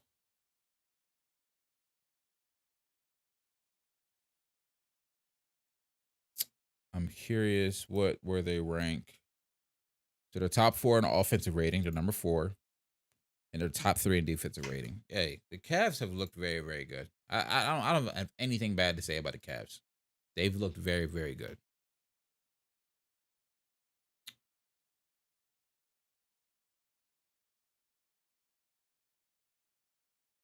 Nah. If you make a parlay with Kawhi, you're asking for trouble, bro. That's the only thing. You're asking for trouble. You cannot make a parlay with Kawhi right about now. Because you don't even know how many times you're going to play. No, the comment pool thing, I got to actually look and see why Streamlabs even says it's active. Because I don't remember even setting Streamlabs up for this channel. I had Streamlabs up for a previous channel. The way I pull this up is... It's a Chrome extension called Live Chat Overlay. It's just a Google Chrome extension, and you pop out. I'll show you a little behind the scenes real quick. You pop out the chat. You just pop the chat out. Once you download the extension, it makes all your live chats have this little URL, I guess, and then you just take that URL and you add a what is it called? You add a browser and OBS, and you just paste that in there, and it pops it up in OBS. A little behind the scenes action. Hey, let me find this YouTube video. Watch this in your free time. NBA Storyteller, one of my favorite.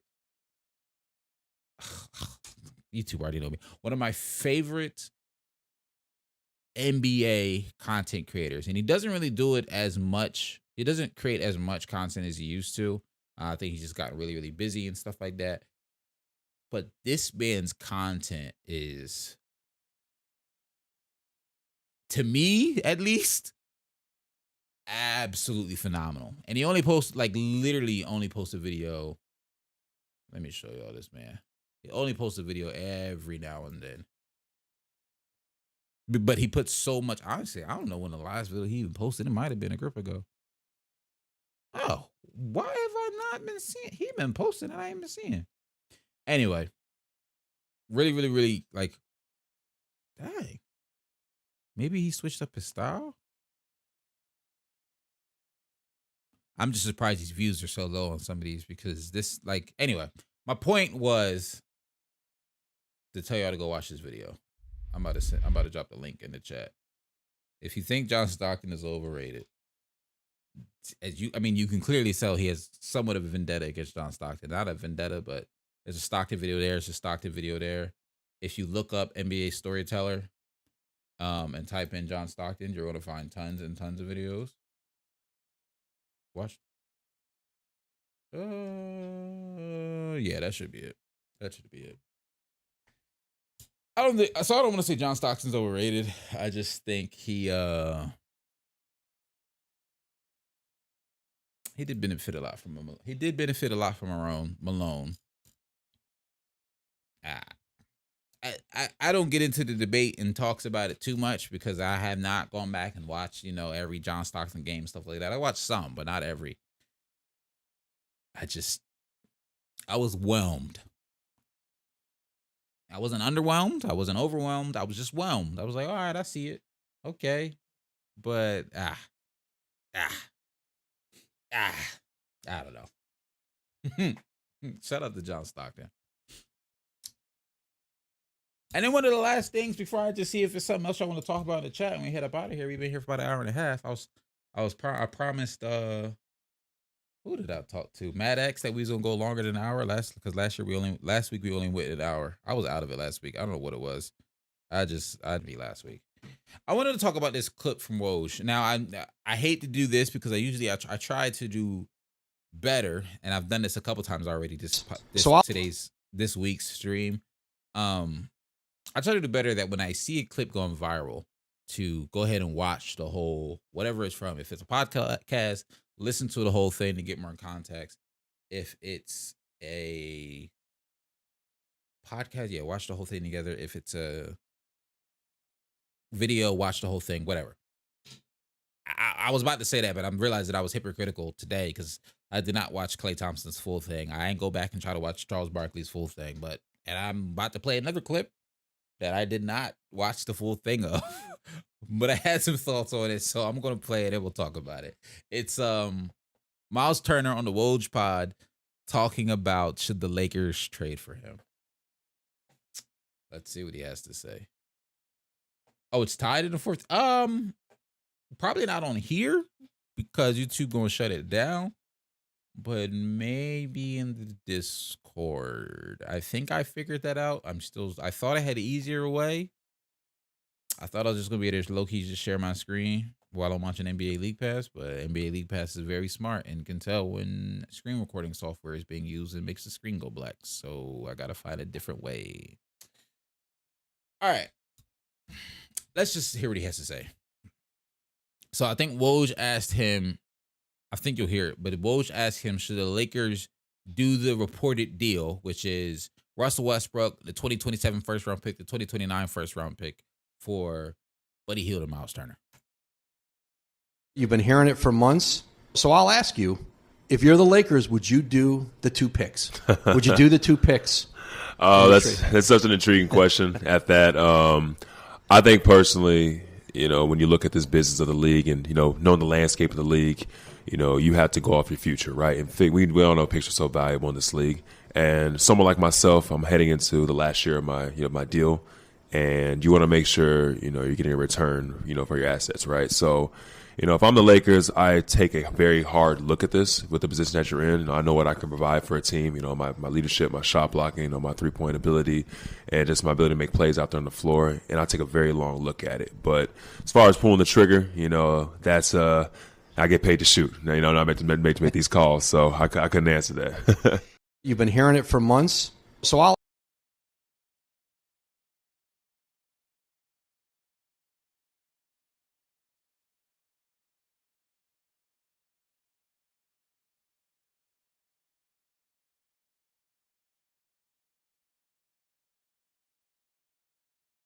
The first thing I thought when I saw this, is this tampering? Can you do this? Like, can you, as a player, say you want to get traded? Like, is you not saying you want to get traded, but openly try to sell yourself to a team on a different platform? I don't know. I'm very, very curious to see if he gets fined or not or anything like that for this. This came out on the 31st on Halloween. Well, when Woj tweeted this, and I think the episode came out that day as well. But 2 things that made me chuckle when I heard this. Miles said, I know my 3-point shooting ability, and I'm out there to help stretch the floor and shoot. Let me look it up, because I've been saying this for years, because people have been talking about Miles Turner's ability to spread the floor for years. And I've consistently said I think he's catfishing y'all. Miles is not as good as 3-point shooter as a lot of people want us to believe. He had some stints. He had a season where he was at 38%, a couple of seasons where he was at 35%. Let me see right here. I got it right here. Yeah, 18-19, he was at 38. 35 the year before, 34. But then when you ask him to do it at volume, 33%. Right now he's at 27%. I think the idea of Miles Turner being a shooter is definitely way better than the actual production of Miles Turner being a shooter. Definitely respect his defensive impact, his ability to block shots around the rim. One of the best in the league to do it for sure. I do definitely think he would have a really good impact on the Lakers. But as I've said before on other platforms, I don't think the Lakers should make the trade because those 2 picks are going to be very, very valuable, because I don't see the Lakers being good in 2027 and 2029. LeBron and Anthony Davis likely will be long gone by then. And you're going to want to have some picks because you need to be able to rebuild that team. Those are the last 2 picks they have until the 2030. Like 2027 and 2029 are the last 2 picks they have until the 2030 offseason. That's 8 years from now. So in the next 8 years, they have 2 picks. That's crazy when you think about it. Like, absolutely insane when you think about it. Actually, technically, they have 3 picks because one of them is a swap with the Pelicans, but they can't trade that pick because the Pelicans have the right to the swap, so they can't trade it. So they have 3 picks that they can actually pick, 2 of which they can trade. And Miles Turner is an unrestricted free agent this summer. I don't know if I'm trading 2 really important picks for a guy who could be an unrestricted free agent. And Maddox, I see your point. It is for both. Yes, it is for both. Buddy is included as well, so let's talk about Buddy. Buddy Hield, good 3-point shooter, would be able to give him definitely some good spacing at that shooting guard position.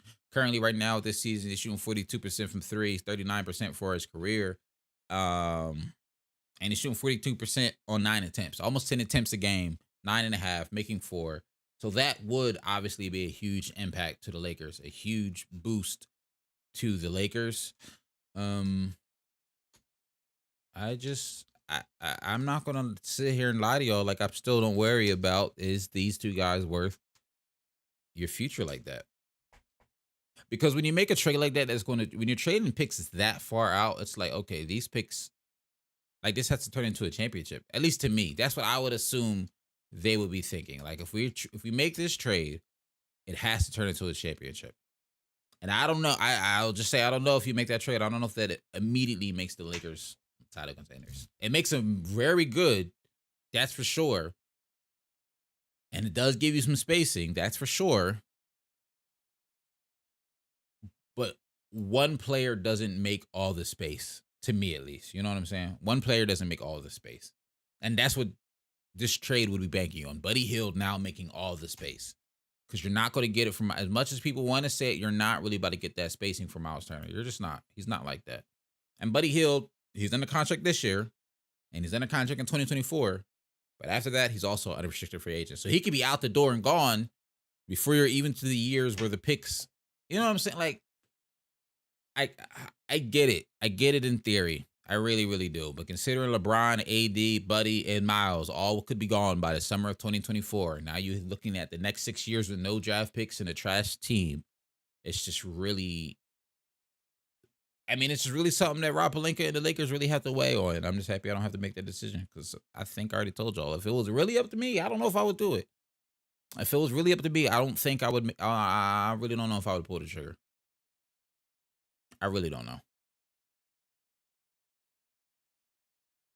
Russ to Indy? Where'd you say to that? Trade Russ.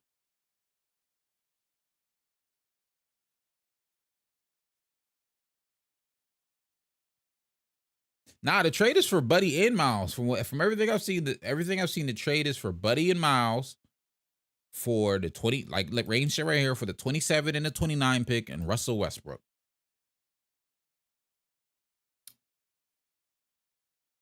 So I don't know. I just don't know if I do the trade if I'm the Lakers. That's the only thing for me. Or trade him for Vooch, Patrick Williams, Kobe White, and 2 picks. I don't think the Bulls want Russell Westbrook. Oh, y'all saying for Anthony Davis. Let me reread. Trade AD to Chicago for Veen, Vooch, 2 picks. Or Vooch, Pat Will, Kobe, and 2 picks. Final offer: AD, Vooch, Kobe, Pat Will, Caruso, and 2 picks. Nah, that's crazy.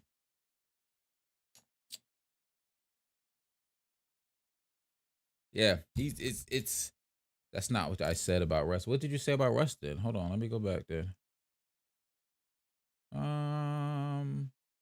Lakers got 2 picks. Oh, there we go. If Russ goes to Indy, I promise I'll jump to the snow and swim in trunks. I live in Canada and it's winter already. Bet. If Russ goes to Indy, I will not be doing that, but I will chuckle along with you as you do it. Oh man. That is funny. That is too funny. All right.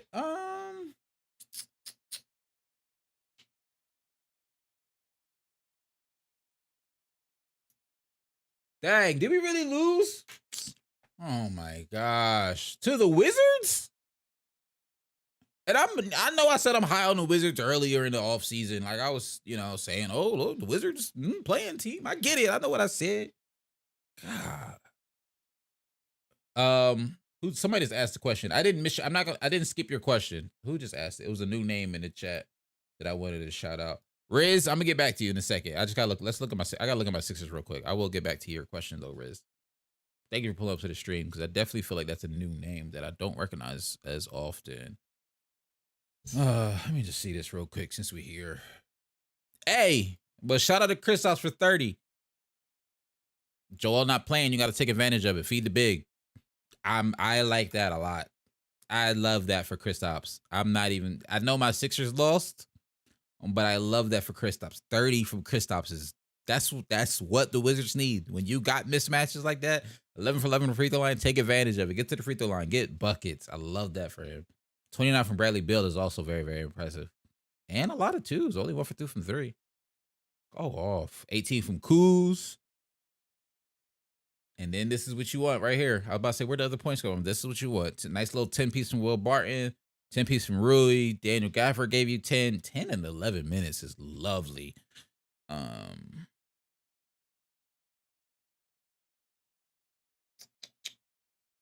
would like to see a little bit more from Monty Morris, but I got to watch a couple more Wizards games to see exactly how they're using him. I think he has a good opportunity there to really be a nice little facilitator for him. They don't need him to do a lot of scoring, but when he takes your shots, I need you to make them. You feel me? All right. Oh, I did want to see what my Sixers actually did, though. Okay, so Matisse had to start because they had to put PJ at the 5. I'm already not liking the spacing. Harden with 8 for Harden with 24. Maxey with 30. 32 from Maxey? 55% from 3. Yo, Maxey has been balling lately. Balling. 24 from Harden. 16 from Tobias. 16, 9. 50% from the field. 80% from 3. Yeah, 4 for 5 from 3 from Tobias is pretty solid. I know a lot of people, especially my boys, are going to tell me. We go back and forth about Tobias Harris saying he's overpaid. I don't disagree necessarily that he's overpaid. I just understand why the Sixers paid him what they paid him. It's not much more you can ask for him from Tobias. He's not a guy that's about to get you 25. He might have gave us 4 more points and gave us 20, but 4 more. What did we lose by? What was the score again? Yeah, 4 more is not really going to make us win this game. Matisse is still doing absolutely nothing offensively, but he was a +4. He was one of the few guys that was a plus box, positive plus minus, him and Paul Reed. But he also only played 15 minutes. He played 5. 13 from Niang. Danny House. All right. We all over the place. My fault. Y'all know I can look at my Sixers box scores all day. Kings are in a close game with the Heat. Hey, go off. Go off then. All right, Riz, let me get back to this question because I told you I was going to.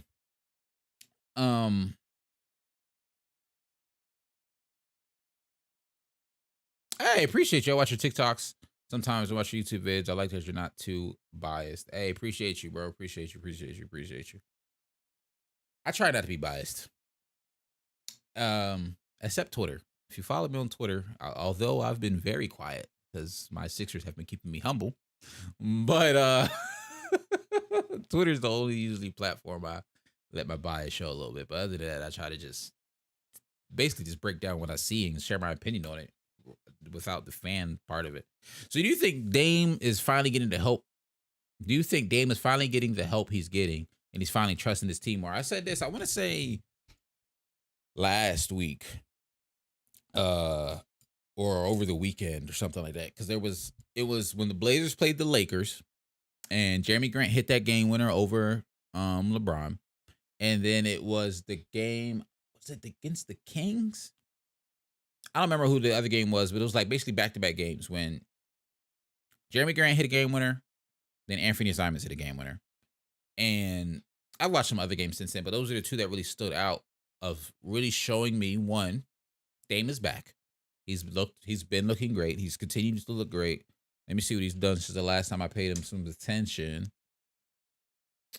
Like right now he's averaging 31 points, 39% from 3, 45% from the field. They've only played 5 games, so actually I might have still seen those last ones. Nah, maybe I'm not thinking about the Kings game then. I'm thinking about the Phoenix game and the Lakers game. That's the game I'm thinking about. When he both made those 240 pieces, he dropped 31 on Denver. They lost to Miami the other day when he only dropped 22 on the 26th, and he did not play against Houston. And they still won by 14, but it's the Houston Rockets. They should have won. But to answer your question plainly, yes, I do think this might be one of the best teams that Dame's played with, at least in terms of the starting 5. I don't know if Anthony's that much better than CJ McCollum. I think they're very comparable, especially in terms of defensively, because neither of them are doing much defensively. If anything, Anthony Simons might be a little bit worse than CJ because he's a little bit smaller, if I'm not mistaken. But having Jeremy Grant on the wing does so much for them. I think Gary Payton should be playing sometime this week. If he didn't already play, I want to say I saw Gary Payton should be coming back sometime this week. So that'll be really, really good for them. I'm really curious to see how he does and fits in for them defensively. I like this team. I like this Portland team a lot. I do. And I think they're going to go as far as Dame carries them, but I think he has the adequate cast to fill in some of the gaps, be able to trust some guys to create their own shots, to hit shots when he passes them the ball. Jeremy Grant, great defender, being able to do some things defensively for him and being that versatile perimeter defender. When Gary Payton gets in, I'm very curious to see how Chauncey Billups is going to run the minutes there with Dame, with Gary, and with Anthony. I really don't want to see a lineup of all three of them on the floor and kind of letting Gary Payton run the three, I guess, just to have him out there defensively. I think that's going to defeat the purpose of what he can do and what he can bring to that team. Like, he's meant to guard ones and twos. Don't have him out there guarding threes. It's not going to make him, to me at least, it's not going to make them as effective defensively as he can be. So I'm very curious to see how they're going to manage the minutes. Sometimes you're going to see Gary Payton and Dame. Sometimes you see Gary Payton and Anthony, because I do think Anthony does also have the ability to create for others a little bit. We saw some of that last year when Dame and CJ were out of the lineup. So I like what I'm seeing from Portland Trailblazers a lot, for sure. That's facts. I will say I'm biased, and it's not even really a bias towards Keldon Johnson. I just pick him a lot in Pirtle. That's the bias. I just pick him a lot in Pirtle. Oh, it's Celtics Cavs. All right, I'm gonna go ahead and turn it on. Tyler Hero hit a game winner. Rage is gonna show it about it. Hey, appreciate you, bro. Appreciate you. Any last things before you get up out of here? We've been about an hour and 50 almost. We about to, I guess, head on out of here in a little bit. I'm not gonna do. I know these last couple of weeks we were doing Pirtle on stream. I'm actually not gonna do Pirtle on stream tonight. Sorry, guys, because I want to do Pirtle for we started doing Pirtle on TikTok and stuff again. So I want to like use that content for that, because Pirtle be doing numbers. Last thing from Maddox Hawk, how are you doing? I'm doing good. This was fun. I was a little bummed out about last week's stream because I ended it so early. I just didn't feel like I had the energy, and I was just like, dang, I feel like I did y'all a disservice. But I think we bounced back with a good stream today. So that put me on a positive note to get up out of here. And yeah, I'm out of here, y'all. See y'all next week. Same time, same place. Wednesday, 8 p.m. Eastern. Random housekeeping things, if you will, in case you're wondering what type of content to expect from me in the next couple of weeks. Hey, John, what's good, bro? Definitely plan on doing a lot more TikToks and shorts. I got away from it for a little bit and was posting clips from either the stream or other videos, but I want to get back to posting and shooting like intentional TikToks where the take is really just for that and from that. I got to figure out how to implement long form videos back into the mix. They're just harder to do. It's not really like I don't enjoy doing them. I really do. They're just harder to do. They take a lot more editing, but we'll get there. We'll get there. Common Nets L. Oh man. All right, y'all. I'm out of here. Peace. Not out of here yet because I didn't hit end stream. Now I'm out of here. Y'all have a good one.